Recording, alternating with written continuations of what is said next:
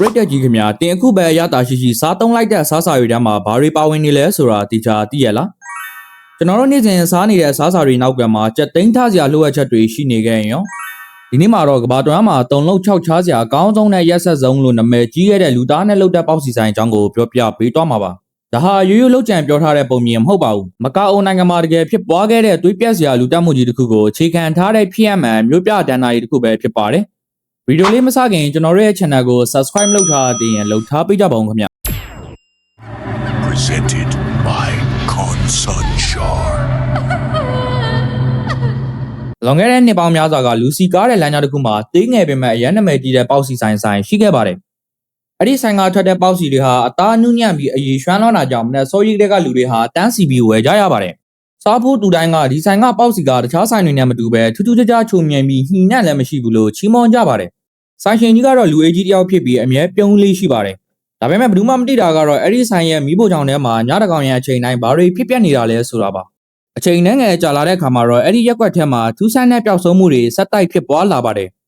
အထူးသဖြင့်ဆိုင်ရှင်ကြီးနဲ့စကားများဘူးတဲ့သူတွေအကျွေးလာတောင်းတဲ့သူတွေနဲ့ဆိုင်ကအလုပ်သမားတချို့ဟာအစားနာရှာမရအောင်ပျောက်ချင်းမလားပျောက်ဆုံးသွားခဲ့ကြတာပါတရက်မှာတော့ဘေးအိမ်ကအိမ်နီးနားချင်းတယောက်ဟာညတကောင်2 နာရီလောက်မှာထူးဆန်းတဲ့အတန်တွေကြောင့်နိုးလာခဲ့ပါတယ်အောက်စီဆိုင်တဲကနေအသားခုတ်တက်တန်တွေဟာပုံမှန်တက်ပိုပြီးပြင်းထန်ပြီးအဆက်မပြတ်ကြားနေရပါတယ်ပိုပြီးထူးဆန်းတာကအဲ့ဒီဆိုင်ဟာပုံမှန်ဆိုအသားကုန်တွေစီကအသားဝယ်ယူလေးမရှိတော့တာပါပဲ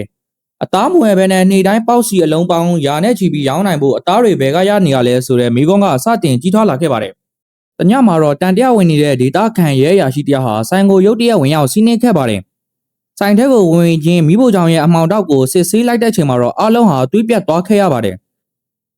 ကြီးမားလာတဲ့အသားစဉ်ဆက်ကြီးတန်းမှာလူသားတွေရဲ့အစိတ်ပိုင်းတွေကျမ်းမြေပေါ်မှာတက်ဖြတ်ခံထားရတဲ့ပျောက်ဆုံးသူတွေရဲ့အဝတ်စားနဲ့သပင်တွေကိုတွေ့ရှိခဲ့ရပါတယ်။တုံလုံးဆရာအကောင်းဆုံးကတော့ဆိုင်ရှင်ကြီးဟာလူတွေကိုတက်ဖြတ်ပြီးတဲ့နောက်အရိုးတွေကိုဖျောက်ပြက်အသားတွေကိုတော့ညတွင်းချင်းဆင်းပြီးပေါက်စီအဖြစ်ပြုလုပ်ခဲ့တာပါ။လူတွေနေတိုင်းလူရဲ့တန်းစီစားနေခဲ့ကြတဲ့ရတာရှိလာပါတယ်ဆိုတဲ့ပေါက်စီတွေဟာလူသားချင်းပြန်လည်စားသုံးနေခဲ့ကြတာပါ။ဒီအမှုကြီးပေါ်ပေါက်သွားတဲ့အခါမှာတော့တမျိုးလုံးကလူတွေဟာပေါက်စီစားမိခဲ့တဲ့အတွက်ရောရှာမုန်းတီးပြီးအော့အန်သူတွေ